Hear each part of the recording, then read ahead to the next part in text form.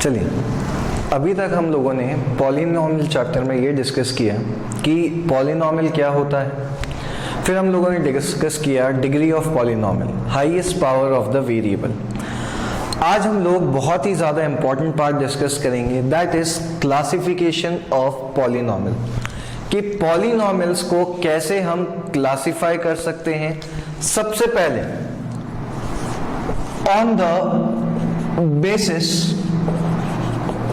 Of number of terms के basis पे कैसे हम पॉलिनॉमियल्स को क्या करेंगे, क्लासिफाई करेंगे। तो on the basis of number of terms, clear है।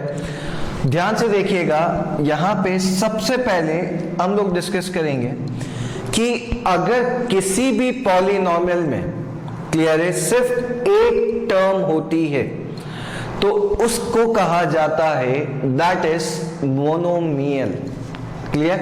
तो यहां पे मैंने आपके सामने एक टर्म लिखी है दैट इज 2x। आप देख रहे हैं कि 2x क्या है, एक सिंगल टर्म है, क्लियर। तो सिंगल टर्म यानी कि the polynomial having a single term is called monomial. ऐसा पॉलिनॉमियल जिसके अंदर सिर्फ एक सिंगल टर्म होती है, इसको हम क्या कहते हैं, दैट इज मोनोमियल कहते हैं। देखिए, सारे चाहे सिंगल हो, चाहे दो हो, चाहे तीन हो, ये सारे के सारे पॉलिनॉमियल्स तो होते ही हैं, लेकिन इसको एक स्पेशल नाम से जाना जाता है कि जिसमें सिर्फ एक टर्म हो, दैट इज मोनोमियल। इतना क्लियर। एग्जाम्पल और देख लेते हैं, एक्स वाई जेड, ये भी क्या है, एक सिंगल टर्म है। ऐसे ही 2x स्क्वायर, ये भी क्या है, एक सिंगल टर्म है। 3y एक सिंगल टर्म है। तो ये सारे के सारे एग्जाम्पल्स आपके किसके हैं, दैट इज ऑफ मोनोमियल। तो आपको क्लियर होना चाहिए कि मोनोमियल यानी कि जिसके अंदर सिर्फ एक टर्म होती है, इसको हम क्या कहते हैं, दैट इज मोनोमियल कहते हैं। अब ऐसे ही सेकंड हम लोग डिस्कस करेंगे कि what do you mean by binomial. Binomial का मतलब क्या होता है, क्लियर है। तो ध्यान से देखिए, बाइनोमियल का मतलब the polynomial having two terms. ऐसा पॉलिनॉमियल जिसके अंदर दो टर्म्स होती हैं, ऐसे पॉलिनॉमियल को हम क्या कहते हैं, बाइनोमियल कहते हैं। जैसे एग्जांपल लेते हैं, 2x प्लस 3। बताइए, क्या यहां पे दो टर्म्स हैं, एक तो है 2x और एक है 3, तो ये मिला के आपका क्या कहलाएगा, दैट इज बाइनोमियल कहलाएगा। एक और एग्जांपल ले लेते हैं, x स्क्वायर प्लस 7। बताइए, ये भी क्या है, आपका एक बाइनोमियल है। तो बाइनोमियल यानी कि जिसके अंदर दो टर्म्स हो, उसको हम क्या कहते हैं, बाइनोमियल कहते हैं, ठीक है। अब ऐसे तीसरा होता है दैट इज ट्राइनोमियल। अब ट्राइनोमियल से आपको खुद ही पता चल रहा है कि यहां पे क्या वर्ड आ रहा है, ट्राई। और ट्राई का सिंपली मतलब होता है तीन। इतना क्लियर। तो जब भी हम बात करते हैं ट्राइनोमियल की, तो ट्राइनोमियल यानी कि the polynomial having three terms. ऐसा पॉलिनॉमियल जिसके अंदर कितनी टर्म्स हो, तीन टर्म्स हो, ऐसे पॉलिनॉमियल को हम क्या कहते हैं, ट्राइनोमियल कहते हैं। जैसे एग्जांपल लेते हैं, x square plus 7x plus 10, ये आपका क्या है, एक ट्राइनोमियल है। बताइए, इसके अंदर टोटल कितनी टर्म्स आ रही हैं, तीन, 1 2 3, तो ये आपका क्या कहलाएगा, ट्राइनोमियल कहलाएगा। क्लियर है। एक और एग्जांपल ले लेते हैं, x cube plus x square plus 7, ये भी आपका क्या है, एक ट्राइनोमियल है, क्योंकि इसके अंदर कितनी टर्म्स है, तीन टर्म्स। तो देखिए, सिंगल टर्म को हम क्या कहते हैं, मोनोमियल। दो टर्म्स हो तो उसको हम क्या कहते हैं, बाइनोमियल, और जिसके अंदर तीन टर्म्स हो उसको हम क्या कहते हैं, ट्राइनोमियल कहते हैं। इतना क्लियर? यहां पे सबका ध्यान बोर्ड पे, जो हमारा चैप्टर है पॉलिनोमियल, क्लियर? पॉलिनोमियल में पॉली का मतलब होता है मैनी, क्या मतलब होता है, मैनी, और मियल का मतलब होता है दैट इज टर्म्स। जो बहुत सारी टर्म्स से मिलकर बने that is called polynomials, many terms, clear है? लेकिन ये भी आपके पॉलिनोमियल्स ही कहलाते हैं। इसमें सिंगल टर्म है इसलिए बाइनो, दो टर्म्स है तो इधर सिंगल टर्म में मोनो, दो टर्म्स में क्या हो गया, बाइनो, और तीन टर्म्स में आपके पास क्या हो गया, दैट इज ट्राइनोमियल हो गया। तो इतना सबसे बनना चाहिए, पॉलिनोमियल यानी कि मैनी टर्म्स, क्लियर है? देखेंगे, नोट करेंगे यहां पे। देखिए, अभी हम लोगों ने क्लासिफाई किया polynomials on the basis of terms. तो जिसमें एक टर्म थी उस पॉलिनोमियल को हमने क्या कहा, मोनोमियल, दो के लिए बाइनोमियल और तीन के लिए ट्राइनोमियल। अब हम लोग क्लासिफाई करेंगे पॉलिनोमियल्स को on the basis of degree. Degree के बेसिस पे कैसे हम पॉलिनोमियल्स को क्या करते हैं, क्लासिफाई करते हैं। बेटा बहुत ध्यान से समझिएगा, बहुत ही ज्यादा इंपॉर्टेंट पार्ट है। इसके लिए मैं यहाँ पे क्या कर रहा हूं, सबसे पहले इधर देखेंगे सब, क्लियर है? यहां पे मैं ब्लॉक्स बना रहा हूं। सबसे पहले that is degree of polynomial, polynomial की डिग्री।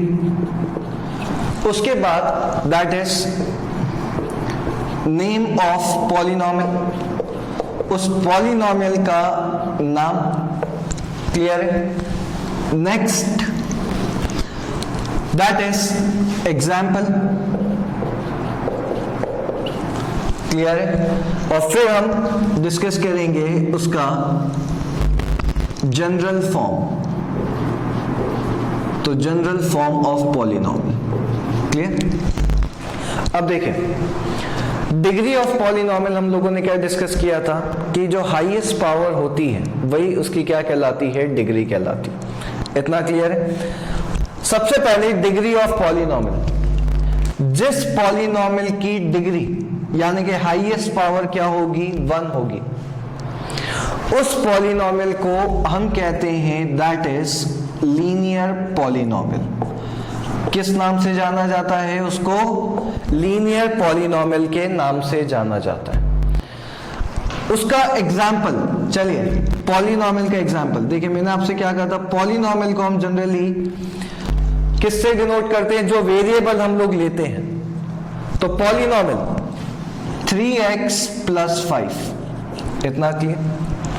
ध्यान से देखिए, यहां पे आप देख रहे हैं कि जो वेरिएबल x है, क्लियर? क्या यहां पे इस वेरिएबल x की डिग्री क्या है, 1 है। तो जिसकी डिग्री 1 उसको किस नाम से, लीनियर पॉलिनोमियल के नाम से। इतना क्लियर? एग्जाम्पल कितना हो गया, 3x + 5। समझने की बात यह है कि बताइए यहां पे 3 और 5 की जगह पे अगर मैं 7 और 8 ले लेता तो भी तो लीनियर होता, √2 और √3 ले लेता तो भी तो क्या होता, लीनियर होता।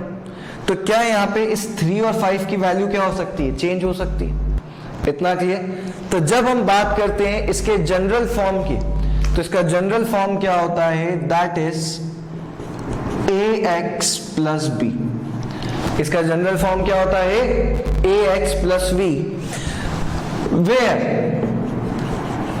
a and b are real numbers. a और b इसके क्या कहलाते हैं, रियल नंबर्स।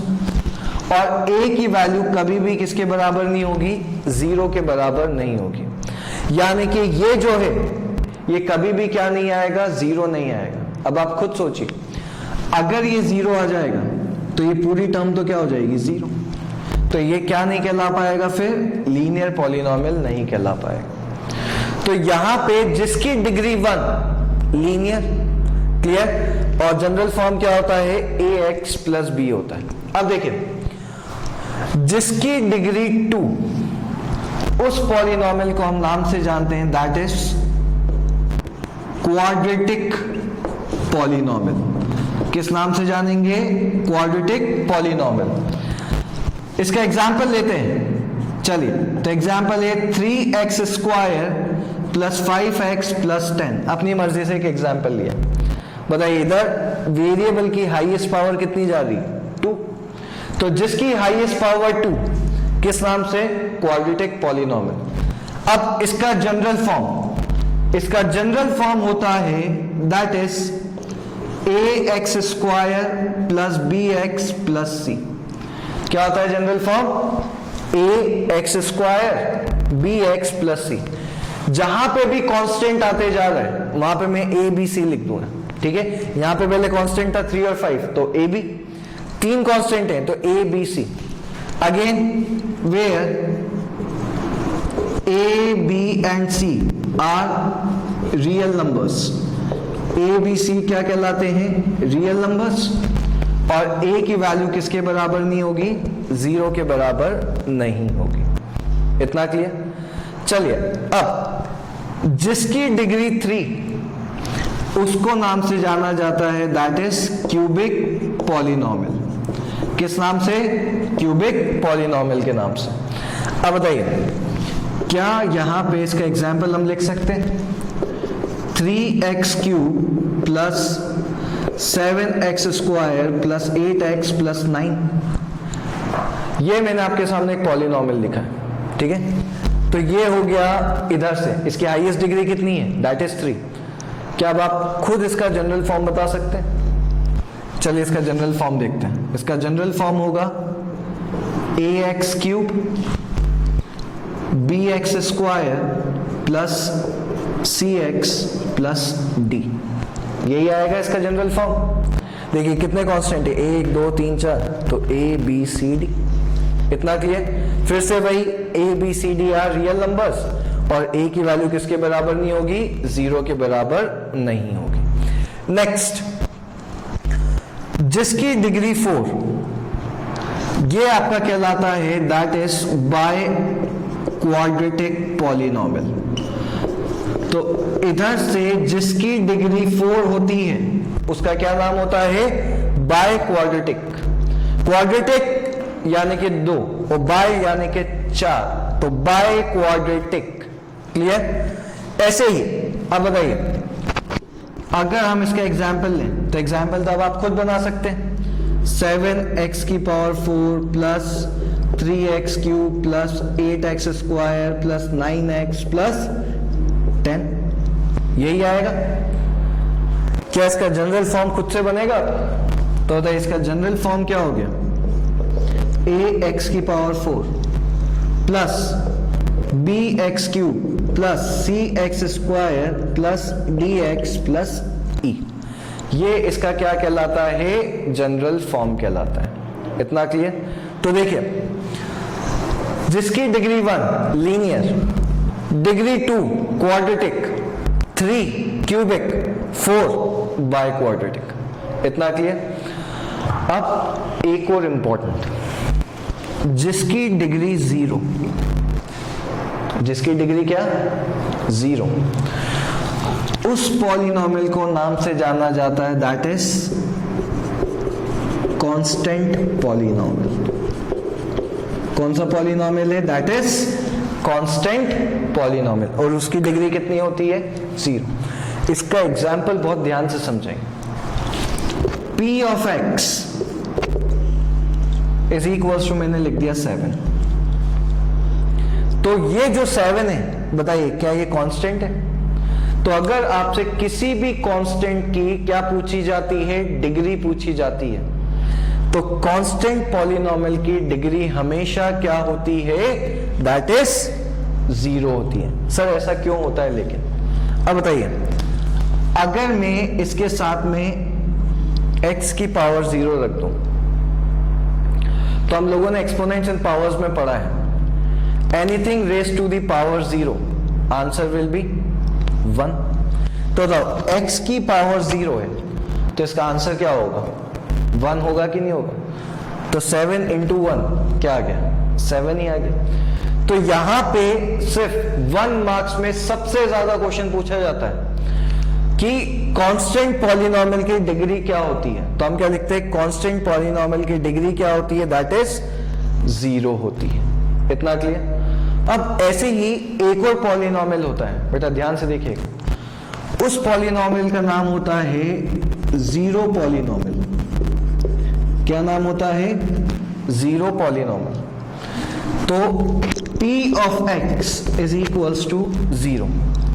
तो ये जो 0 होता है ये एक और नाम से जाना जाता है, क्या, जीरो पॉलिनोमियल के नाम से। अब इसकी डिग्री क्या होती है, इसकी डिग्री ये होती है, आप खुद बताइए, अगर मैं इसके सामने कोई भी वेरिएबल लिया हूं, लेट अस सपोज हम x लिया है, तो अगर मैं x की पावर 1000 भी रख दूं तो बताइए इसका आंसर कितना आने वाला है, 0। अगर मैं इधर x की पावर 10,000 रख दूं तो भी आंसर क्या आने वाला है, 0 ही। 0 के साथ आप कुछ भी रखो, आंसर क्या आने वाला है, 0। तो इसकी जो डिग्री होती है, क्लियर, वो होती है अनडिफाइंड। अनडिफाइंड का मतलब क्या है कि 0 की कोई भी डिग्री हो सकती है, क्योंकि अल्टीमेटली आंसर क्या आने वाला है, 0 आने वाला है। क्लियर। तो यहां पे हम लोगों ने देखा कि कैसे हम पॉलिनोमियल को क्लासिफाई करते हैं, किसके बेसिस पे, डिग्री के बेसिस पे। तो जिसकी degree 1 linear, 2 quadratic, 3 cubic, 4 by quadratic, ऐसे ही कांस्टेंट की डिग्री कितनी होती है, 0। और 0 पॉलिनोमियल की डिग्री क्या होती है, अनडिफाइंड होती है। बहुत इंपॉर्टेंट, नोट करेंगे।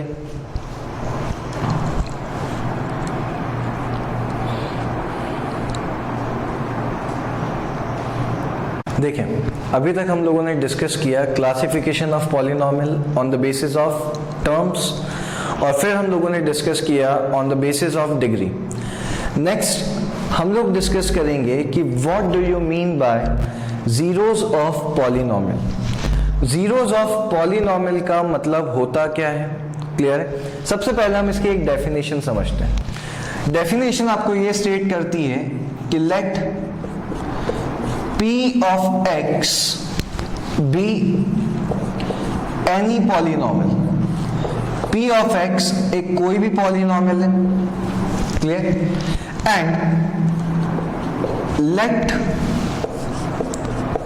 a be any real number. और a क्या है, एक कोई भी रियल नंबर है। तो let a be any real number. ध्यान से देखिएगा, p of x एक पॉलिनोमियल है और a क्या है, एक कोई भी रियल नंबर है। If we replace x with a, अगर मैं x को किससे रिप्लेस कर दूं, a से, सच दैट, इस तरीके से कि p of a is equals to कितना आ जाए, 0, then a is called zero of the polynomial। तो a क्या कहलाएगा, जीरो ऑफ पॉलिनोमियल कहलाएगा। तो देखिए मैंने डेफिनेशन क्या लिखी है, p of x भी एनी पॉलिनोमियल, एक पॉलिनोमियल है, और a क्या है, एक कोई भी रियल नंबर है। ठीक है, कुछ भी हो सकता है, a की वैल्यू 1 भी हो सकती है, 2 भी हो सकती है, -1 भी हो सकती है, √2 भी हो सकती है, कुछ भी वैल्यू हो सकती है। If we replace x with alpha, clear, या x विथ a, और अगर इसको रखने पे आंसर कितना आ जाए, 0 आ जाए, तो वो इसका क्या कहलाता है, जीरो ऑफ पॉलिनोमियल कहलाता है। ध्यान से देखिएगा हम क्या कर रहे हैं। एक सिंपल सा एग्जांपल लेते हैं। एग्जाम्पल में p of x एक पॉलिनोमियल है, x square plus 7x plus 10, ये एक पॉलिनोमियल है। इतना क्लियर। और यहां पे मैंने x को किससे रिप्लेस कर दिया, इधर मैंने x की वैल्यू रख दी, लेट अस सपोज -5, क्या वैल्यू रख दी? -5। तो x की जगह पे क्या आ जाएगा? -5। तो ये हो गया -5 का स्क्वायर प्लस 7 इंटू -5 प्लस 10। तो x की जगह पे क्या रखा? -5। -5 का स्क्वायर प्लस 7 इंटू -5 प्लस 10। -5 का स्क्वायर क्या होता है? 25, तो पॉजिटिव 25। 7 इंटू -5 तो -35 प्लस 10, तो ये कितना आ गया? 10 आ गया। 25 प्लस 10 कितना होता है? 35। 35 माइनस 35, बताइए आंसर कितना आएगा? 0। मतलब आप देख रहे हैं कि मैंने जब x को -5 से रिप्लेस किया तो मेरे पास आंसर कितना आया? 0 आया। तो अगर हम हिंदी भाषा में इसकी डेफिनेशन समझें तो वो ये कहती है कि ऐसी वैल्यू जिसको रखने पर आंसर क्या आ जाए? 0 आ जाए, वो क्या कहलाता है? जीरो ऑफ द पॉलिनोमियल कहलाता है। क्लियर? एक और एग्जांपल देखते हैं। चलिए एक और एग्जांपल समझते हैं जीरो ऑफ पॉलिनोमियल की। p of x is equals to, आपको गिवन है एक्स स्क्वायर प्लस 1। क्या गिवन है? एक्स स्क्वायर प्लस 1, ठीक है? या सिंपली x प्लस 1 लिख देते और सिंपल कर देते, x प्लस 1। अब मैंने x को किससे रिप्लेस कर दिया? -1 से। क्लियर है? तो x को किससे रिप्लेस किया? -1। तो देखिए क्या आ गया? p ऑफ -1, तो -1 प्लस 1, क्या आंसर आएगा? 0। मतलब आप देख रहे हैं कि मैंने जब x को -1 से रिप्लेस किया और इसकी जगह पर -1 रखा तो आंसर कितना आ रहा है? 0 आ रहा है। तो फिर से वही बात, ऐसी वैल्यू जिसको रखने पे आंसर क्या आ जाए? 0, वो क्या कहलाता है? जीरो ऑफ पॉलिनोमियल कहलाता है। तो फिर p of x be any polynomial and a be any real number. If we replace x with a, x को किससे रिप्लेस किया? a, और रखने पे आंसर कितना आ जाए? 0, then it is called zero of the polynomial। इतना क्लियर है? नोट करेंगे।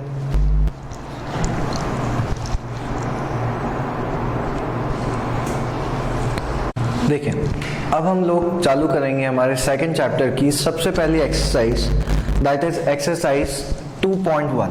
इतना क्लियर है? क्वेश्चन आपको गिवन है, which of the following expression are polynomials in one variable and which are not. आपको ये बताना है कि कौन से जो आपको एक्सप्रेशंस गिवन है वो वन वेरिएबल में है और कौन से नहीं है। State reasons for your answer, और आपको उसका क्या करना है? रीजन भी बताना है। तो देखिए सबसे पहला क्वेश्चन आपको ये गिवन है 4x square minus 3x plus 7। Clear है?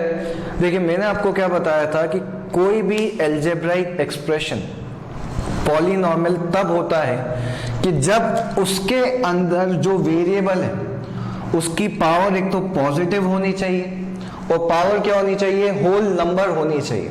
तो देखिए इधर x की पावर क्या है? 2, और इधर x की पावर क्या है? 1।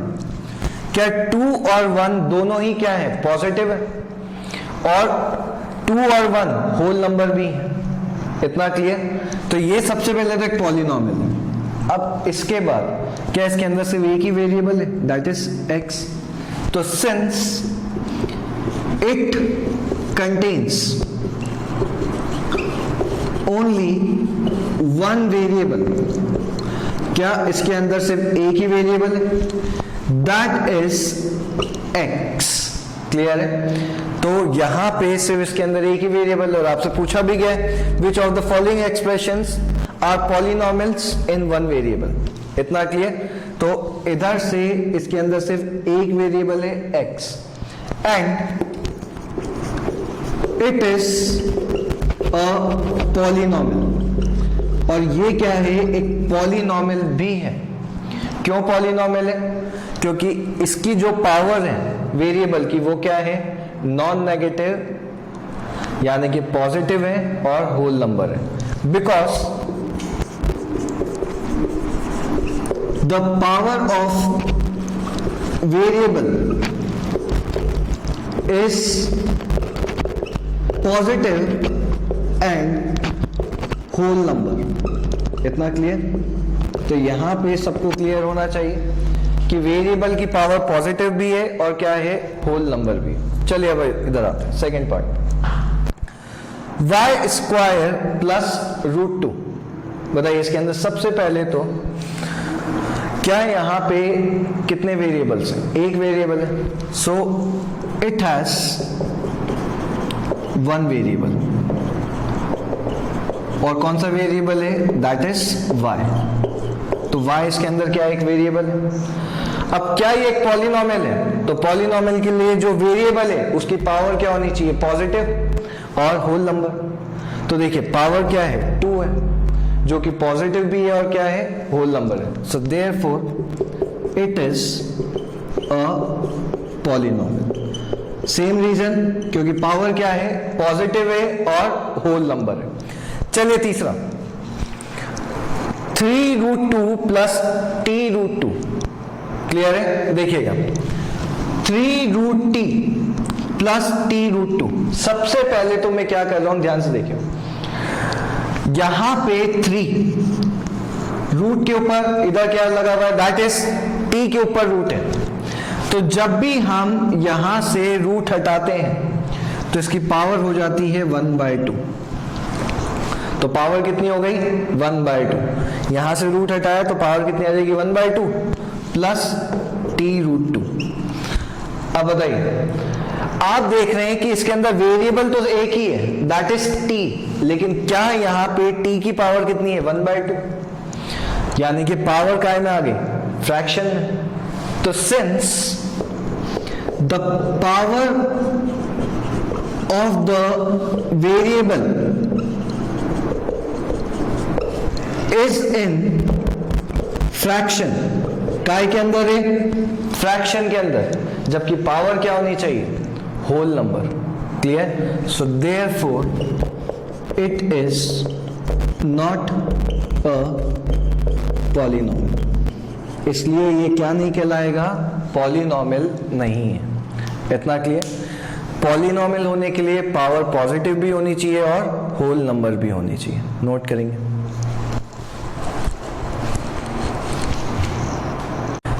फोर्थ पार्ट, आपको गिवन है y प्लस 2√y। सबसे पहले तो ये चेक करेंगे क्या ये पॉलिनोमियल है कि नहीं है। तो देखिए y प्लस 2, अगर मैं रूट हटाऊंगा तो पावर कितनी आ जाएगी? 1/2। और अभी हमने क्या डिस्कस किया था कि पॉलिनोमियल में जो वेरिएबल होता है उसकी पावर क्या होनी चाहिए? होल नंबर होनी चाहिए। तो since the power of the variable is in fraction, therefore it is not a polynomial। तो ये आपका क्या नहीं कहलाएगा? पॉलिनोमियल नहीं कहलाएगा। इतना क्लियर? क्योंकि जो पावर है वो काय में आ गई है? फ्रैक्शन में आ गई। अब देखते हैं नेक्स्ट, x की पावर 10 प्लस y की पावर 3 प्लस t की पावर 50। सबसे पहले चेक कीजिए कि क्या जो वेरिएबल्स हैं उसकी पावर क्या है? पॉजिटिव है, 10, 3 और 50। और पावर क्या है? होल नंबर भी है। तो ये पॉलिनोमियल तो है। तो क्या ये सिर्फ यहां पे इसके अंदर एक सिंगल वेरिएबल है? नहीं सर, इसके अंदर तो 3 वेरिएबल्स हैं। कौन कौन से? x, y और t। क्लियर है? तो सिंस इट कंटेन्स 3 वेरिएबल्स, कितने वेरिएबल्स हैं? 3 वेरिएबल्स हैं। इतना clear? So therefore it is not a polynomial in one variable। इसलिए ये पॉलिनोमियल नहीं है। क्लियर? इन सिंगल वेरिएबल, क्योंकि इसके अंदर कितने वेरिएबल्स हैं? 3 वेरिएबल्स हैं। बनेगा सबसे नोट करेंगे।